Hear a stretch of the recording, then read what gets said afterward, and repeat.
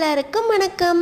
நம்ம அழகே அழகு சீரியலில் அழகு மலரோட பிறந்த நாளுக்காக பாக்கியராஜ், மலரு உன் ஆசை என்ன மலரு, நான் நிறைவேற்றுற மலரு, சொல்லு மலரு அப்படின்னு கேட்க, தலையை பின்னாமல் அழகாக விரித்து போட்டுக்கிட்டு உங்கள் பைக்கில் 2 காலையும் 2 பக்கமும் போட்டு உட்காந்து உங்கள் பின்னாடி நைட்டு 12 மணிக்கு பீச்சு பார்க்கு அப்படின்னு சுற்றி வரணும். நைட்டு டீ கடையெல்லாம் திறந்துருக்குன்னு சொன்னீங்களே, அந்த டீ கடையில் போய் உக்காந்து நைட்டு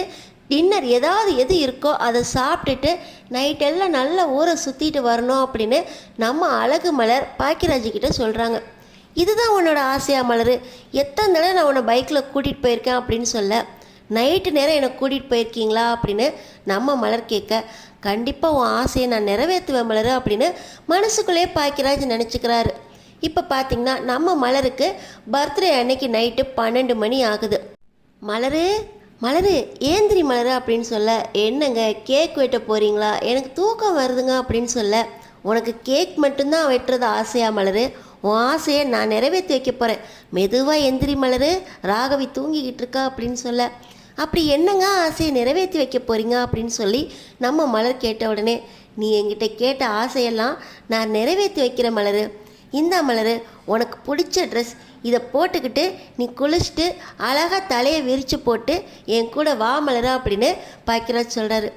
என்னங்க இது ட்ரெஸ்ஸு, சுடிதார் இவ்வளோ மாடர்னாக இருக்கு அப்படின்னு நம்ம மலர் கேட்க, இந்த ட்ரெஸ் போட்டால் தானே என் கூட பைக்கில் பின்னாடி 2 காலையும் போட்டு உட்கார முடியும், நீ போட்டு வா மலரு, ஷாலெல்லாம் போடக்கூடாது இந்த ட்ரெஸ்ஸுக்கு அப்படின்னு நம்ம பாக்கியராஜ் மலர்கிட்ட சொல்ல, என்னங்க இது என்னங்க அப்படின்னு மலர் சொல்ல, நீ போட்டு வா மலரு, சத்தம் போடாத அப்படின்னு பாக்கியராஜ் சொல்ல, நம்ம மலரும் அழகாக தலைக்கு குளிச்சுட்டு தலையை அழகாக விரித்து போட்டு, ஏங்க இந்த ட்ரெஸ்ஸுக்கு ஷாலே இல்லைங்க, இந்த ஷால் போடாமல் நான் எப்படிங்க வெளியே வர்றது, அத்தை பார்த்தா திட்டுவாங்களே, பிறந்த நாளுக்கு இந்த மாதிரி ட்ரெஸ் எடுத்து கொடுத்துருக்கீங்க அப்படின்னு நம்ம மலர் கேட்குறாங்க. நம்ம பைக்கில் போகிறோம் மலரு, ஷால் எல்லாம் வேண்டாம், நீ வா மலரு, ராகவி முழிக்கிறக்குள்ளே போயிட்டு வந்துடலாம் அப்படின்னு நம்ம பாக்கியராஜ் சொல்ல, ஆமாங்க ராகவி எப்போவும் அத்தையில் சுருத்திக்குள்ளே தான் தூங்குவா, பிறந்த நாளுன்னு இன்னைக்கு இங்கே தூங்கிக்கிட்டு இருக்கா அப்படின்னு மலர் சொல்கிறாங்க. சரி அவள் நல்லா தூங்கட்டும், நீ அமைதியாக வா அப்படின்னு சொல்லி நம்ம மலரை கையை பிடிச்சி நம்ம பாக்கியராஜ் கூட்டிக்கிட்டு பைக்கில் கிளம்புறாங்க. மலரு இந்த ட்ரெஸ்ஸில் நீ தேவதை மாதிரி இருக்க மலரு, படத்துலலாம் வருவாங்களே ஒயிட் அண்ட் ஒயிட் ட்ரெஸ் போட்டுக்கிட்டு பின்னாடி ரெக்க முளைச்சிக்கிட்டு அந்த மாதிரி இருக்க மலரு அப்படின்னு சொல்ல, போதும் ரசித்ததெல்லாம் போதும், நம்ம இன்னும் நிறைய சுற்றணும், எனக்கு நிறைய ஆசை இருக்குது, வாங்க ஏறலாம் அப்படின்னு சொல்ல, ஆமாம் மலரு பைக் ரெடி பண்ணிட்டேன், சத்தம் இல்லாமல் தெருமுக்கு வரைக்கும் கொண்டு போயிட்டு அங்கே வச்சு ஸ்டார்ட் பண்ணிக்கலாம், இரு நான் போய் கதவை பூட்டிட்டு வந்துடுறேன், ஏங்க எல்லோரும் உள்ளே தூங்குறாங்களே, ஆமாம் மலரு நம்ம வர்ற வரைக்கும் கதவு பூட்டியே இருக்கட்டும், அப்புறம் அம்மா பார்த்தாங்கன்னா அவ்வளோதான் அப்படின்னு பாக்கியராஜ் வெளியவும் லாக்கையும் பண்ணிவிட்டு அப்புறமா நம்ம மலரை நீ பின்னாடி ஏறு மலரு அப்படின்னு சொல்லி பைக்கில் ஏற்றிக்கிட்டு கிளம்புறாங்க.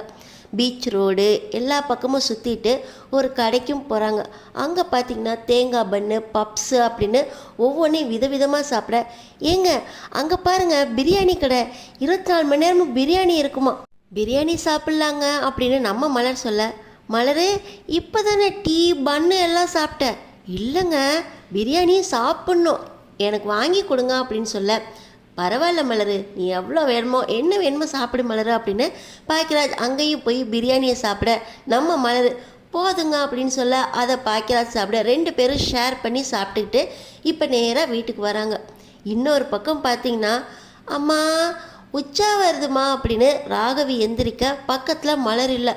அம்மா பயமாக இருக்குமா, எங்கேம்மா இருக்கா அப்படின்னு இந்த ராகவி கத்துன உடனே பக்கத்தில் இருந்து நம்ம மதி எந்திரிச்சு வந்துடுறாங்க. என்ன பாப்பா சத்தம் கேட்டுக்கிட்டு இருக்க, மலரக்காவை காணோம் அப்படின்னு சுற்றி பார்த்தா ராகவி மட்டும்தான் இருக்கான். ராகவியை கூட்டிக்கிட்டு நம்ம மதி வெளியே வந்துக்கிட்டு இருக்கும்போதே இந்த ராஜலக்ஷ்மியும் ராகவனும், என்ன நைட்டு நேரத்தில் வெளியே லைட்டை போட்டு வச்சுருக்கீங்க அப்படின்னு வந்து ஹாலில் லைட்டை போடுறாங்க. ராகவியை நீ எதுக்கு கூட்டி வந்து வச்சுருக்க, மலர் எங்க, மலரு இங்கே வா அப்படின்னு ராஜலக்ஷ்மி கூப்பிட, அக்காவை காணோம், கொஞ்ச நேரம் பார்த்துட்டு தான் நான் வெளியே கூப்பிட்டு வந்தேன் அப்படின்னு நம்ம மதி சொல்கிறாங்க. என்ன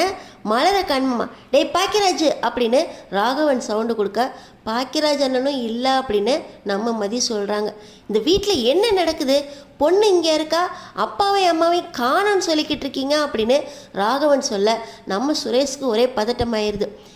இருங்க நான் அண்ணனை பார்க்குறேன் அப்படின்னு வீடு ஃபுல்லாக சுற்றிட்டு நேராக போய் கதவை திறந்தா கதவும் திறக்க முடியல. ஜன்னல்லாம் திறந்து வச்சு என்ன ஆச்சு அப்படின்னு சுற்றி சுரேஷ் தேடிக்கிட்டு இருக்க. இப்போ பார்த்தீங்கன்னா பாக்கியராஜோட வண்டியையும் காணோம். ஏதோ அவசரமா நம்மள்கிட்ட சொல்லாமல் அண்ணன் எங்கே போச்சா அப்படின்னு சுரேஷ் ரொம்ப பதட்டமாக அங்கே பார்த்தீங்கன்னா ஃபோன் பண்ணி பார்க்குறாங்க நம்ம மதி. இப்போ பாக்கியராஜ் இதோ வந்துட்டோம் மதி அப்படின்னு நம்ம சொல்லிக்கிட்டே வீட்டு முன்னாடி வந்து இறங்குறாங்க. இப்போ நம்ம ராஜலக்ஷ்மி வந்துட்டானா அப்படின்னு சொல்லி போய் ஜன்னலில் எட்டி பார்த்தா நம்ம மலர் தலை வெறிச்சு போட்டுட்டு பைக்கில் 2 பக்கமும் காலை போட்டு பாக்கியராஜ் வண்டியிலேருந்து இறங்குறாங்க. ஐயோ இது என்ன குடும்ப பொண்ணா, காடு மாதிரி இருக்கே, காட்டேரி மாதிரி தலையை விரித்து போட்டுக்கிட்டு ட்ரெஸ்ஸில் என்ன அலங்கோலம் இது, இதை போட்டுக்கிட்டு 2 பக்கமும் காலை போட்டுக்கிட்டு 2 ஊரை சுற்றிட்டு வருது, நைட்டு நேரத்தில் எங்கே போய் ஊரை சுற்றிட்டு வருதுங்கன்னு தெரியலையா அப்படின்னு தலையில் அடிச்சுக்கிறாங்க.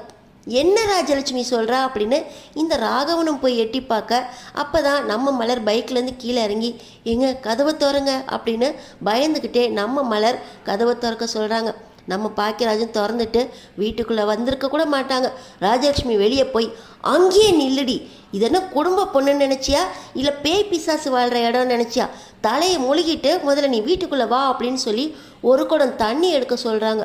நம்ம மலர் நேராக கொல்லைப்பக்கமாக போய் ஒரு குடம் தண்ணியையும் எடுத்து தலையில் ஊற்றிக்கிட்டு அழுதுகிட்டே வீட்டுக்குள்ளே வர, என்னக்கா இது, என்ன ஆச்சு, எங்கே போனீங்க, ஏன் இந்த கோலத்தில் இருக்கீங்க அப்படின்னு நம்ம மதி கேட்க, பார்த்தாலே தெரியல புருஷனும் பொண்டாட்டியும் காதல் ஜோடி மாதிரி ஊரை சுற்றிட்டு வருதுங்க, நைட்டெல்லாம் போட்டிருக்க ட்ரெஸ்ஸை பார்த்தா தெரியல பேய் பிசாசு கூட இந்த நேரத்தில் போய் இந்த மாதிரி ட்ரெஸ்ஸை போட்டுட்டு சுத்தாது, இதெல்லாம் குடும்ப பொண்ணுக்கு அழகா, காட்டேரி மாதிரி தலையை விரித்து போட்டுக்கிட்டு ராட்சசி மாதிரி ட்ரெஸ்ஸை போட்டுக்கிட்டு இவன் பின்னாடி நைட்டெல்லாம் ஊரை சுற்றிட்டு வர, உனக்கு ஒரு பிள்ளை இருக்கு ஞாபகம் இல்லையா, உனக்கு குழந்தைய தனியாக விட்டுட்டு ஊரை சுற்றுற அளவுக்கு அப்படி என்னடி மிதப்போ எனக்கு கேட்குதா அவன் கூட அப்படின்னு இந்த ராஜலக்ஷ்மி நம்ம மலர் கூட கேட்க, அத்தை பாக்கியராஜ் கூட தான் அத்தை போனேன், அவதான்ட கேட்குறேன், நைட்டெல்லாம் தூங்குறத விட்டுட்டு இவன் கூட ஊரை சுற்றுற அளவுக்கு அப்படி என்னடி மிதப்பு கேட்குது உனக்கு, நாங்களாம் ஏஞ்சி வந்துடக்கூடாது அப்படின்னு கதவையும் பூட்டிட்டு 2 பேரும் ஊர் சுற்றுறீங்க, பைக்லேருந்து இறங்குறப்ப பார்த்தேனே பிசாசு மாதிரி 2 பக்கமும் காலை போட்டுலாம் உட்காந்துருந்த, அவன் மேலே ஏறி உட்காந்துக்கிற வேதாள மாதிரில இருந்த, இப்போ தாண்டி எனக்கு புரியுது, தங்கராஜ் மாப்பிள்ளையோட தங்கச்சியை கட்டிக்க மாட்டேன் அப்படின்னு உன்னை இழுத்துக்கிட்டு இவன் ஓடி வந்தானே, நீ எந்த அளவுக்கு அவளை மயக்கி வச்சிருந்தா அவன் உன்னை இழுத்துக்கிட்டு ஓடி வந்திருப்பான்னு இப்போ தான் தெரியுது, வீட்டில் அடக்க ஒடுக்கமாக வாய் பேசாமல் நீ இருந்தப்ப இவ எப்படி நம்ம பிள்ளைய மயக்கி இருப்பா அப்படின்னு உன் மேலே கொஞ்சம் நல்ல எண்ணம் வந்துச்சு, ஆனால் இப்போ நீ ட்ரெஸ்ஸையும் போட்டுக்கிட்டு ஊரை சுற்றிக்கிட்டு காட்டேரி மாதிரி வந்து இறங்குனியே, புரிஞ்சிருச்சு நீ எப்படி அவனை மயக்கியிருப்பா, அவன் எப்படி உன்கிட்ட சாஞ்சு மயங்கி ஓ மடியில் விழுந்து அவனை இழுத்துட்டு வந்திருப்பா அப்படின்னு. இந்த நேரத்தில் 2 பேரும் எங்கடி போய் ஊரை சுற்றிட்டு வரீங்க, இன்னும் எவ்வளோலாம் மயக்கலாம் அப்படின்னு 2 பேரும் ஊரை சுற்றிட்டு வந்தீங்களா அப்படின்னு ராஜலட்சுமி கேட்க, அத்தை நீங்கள் ரொம்ப ஓவராக பேசுகிறீங்க அத்தா அப்படின்னு நம்ம மதி சொல்ல, நம்ம மலர் அத்தை நான் உங்கள் புள்ள கூட தான் ஊரை சுற்றிட்டு வந்தேன், என் புருஷன் கூட தான் வெளியே போயிட்டு வந்தேன், ஒரே ஒரு நைட்டு தான் போயிட்டு வந்தேன், ராகவி தூங்கிக்கிட்டு இருந்தான்னு தான் போய்கிட்டு வந்தேன், காதலிக்கிறப்ப கூட என் ஆசையை நிறைவேற்றுறப்போ பயந்து நிறைவேற்றுவார், பீச்சில் சுண்டல் படலை அப்படின்னு நாங்கள் ரேவதியோடு தான் போனோம், ரேவதிக்கும் எல்லாமே தெரியும், என் புருஷனோட ஒரே ஒரு நைட்டு வெளியே போனதுக்கு இப்படி பேசுகிறீங்களே அத்தை, நான் ஒன்றும் அவரை மயக்கலை அத்தை, 2 பேருக்கும் மனசு பிடிச்சி போய் தான் கல்யாணம் பண்ணோம், இத்தனை வருஷமாக உங்களுக்காக கிச்சன்லேயே இருந்திருக்கேன், அது கூட நினச்சி பார்க்காம நான் ஒரே ஒரு நைட் என் ஆசைக்காக வெளியே போய் என் புருஷனோட பைக்கில் உட்காந்து வெளியே சுற்றிட்டு வந்ததுக்கு எவ்வளோ பேசுகிறீங்க அத்தை, நான் காட்டேரி அத்தை, காட்டேரி மாதிரியா நான் பேசிக்கிட்டு இருக்கேன் அப்படின்னு மலர் சொல்கிறாங்க.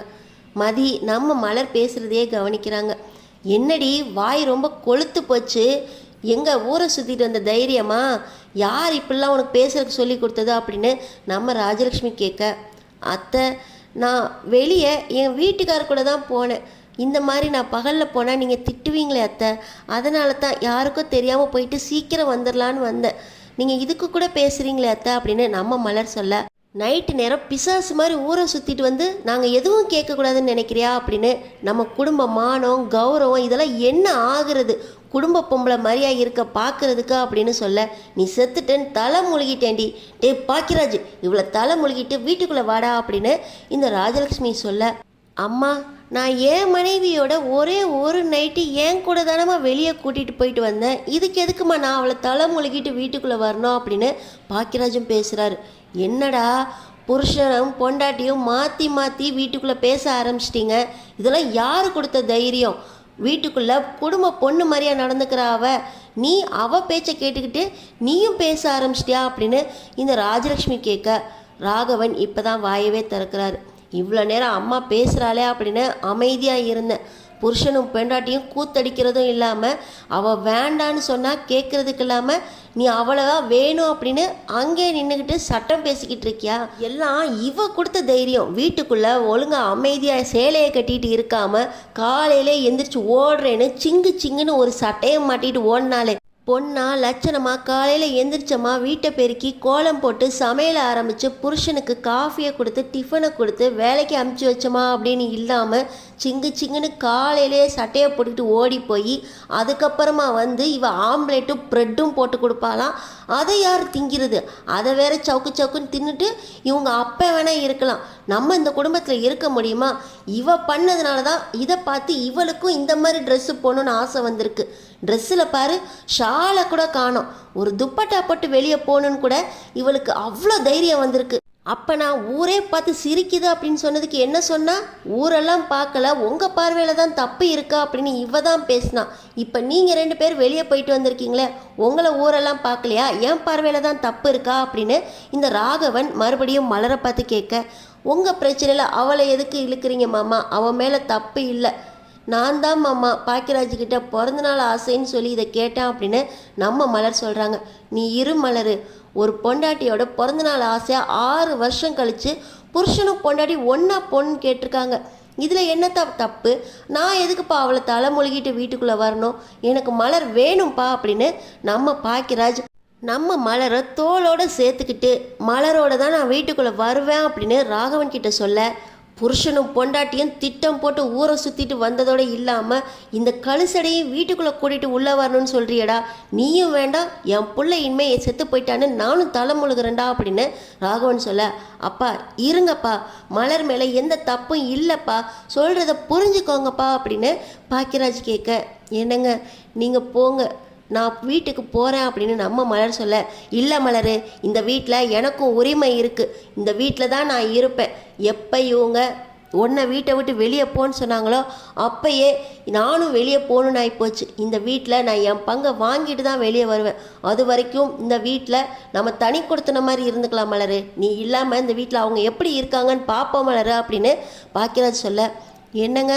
ஒரே வீட்டில் நம்ம தனி கொடுத்தனமா அப்படின்னு மலர் சொல்ல, ஆமாம் மலர் உன்னோட அருமை இவங்களுக்கு புரியல, இது வரைக்கும் இந்த வீட்டில் அவங்களுக்காக என்னென்ன செஞ்சா அப்படின்னு அவங்களுக்கு புரியணும், அதை அவங்க தான் புரிஞ்சுக்கணும், வா மலர் நீ உள்ள, இந்த வீட்டில் எனக்கும் பங்கு இருக்குது, அதனால இந்த வீட்டிலையே தான் நம்ம இருப்போம் அப்படின்னு நம்ம மலரை உள்ளே கூட்டிகிட்டு போக, என்னங்க அவ அருமை நம்மளுக்கு புரியணுமா, இது வரைக்கும் அவள் என்னத்தை நம்மளுக்கு செஞ்சிட்டா அப்படின்னு இந்த ராஜலக்ஷ்மி சொல்ல, இது வரைக்கும் நம்ம மலர் செஞ்சதை எல்லாம் இனிமேல் இந்த ராகவனும் ராஜலக்ஷ்மி எப்படி புரிஞ்சுக்க போகிறாங்க அப்படின்னு இனிதான் பார்க்க போகிறோம். தெரிஞ்சுக்கிறதுக்கு நம்ம சேனலை சப்ஸ்கிரைப் பண்ணி தொடர்ந்து பாருங்கள்.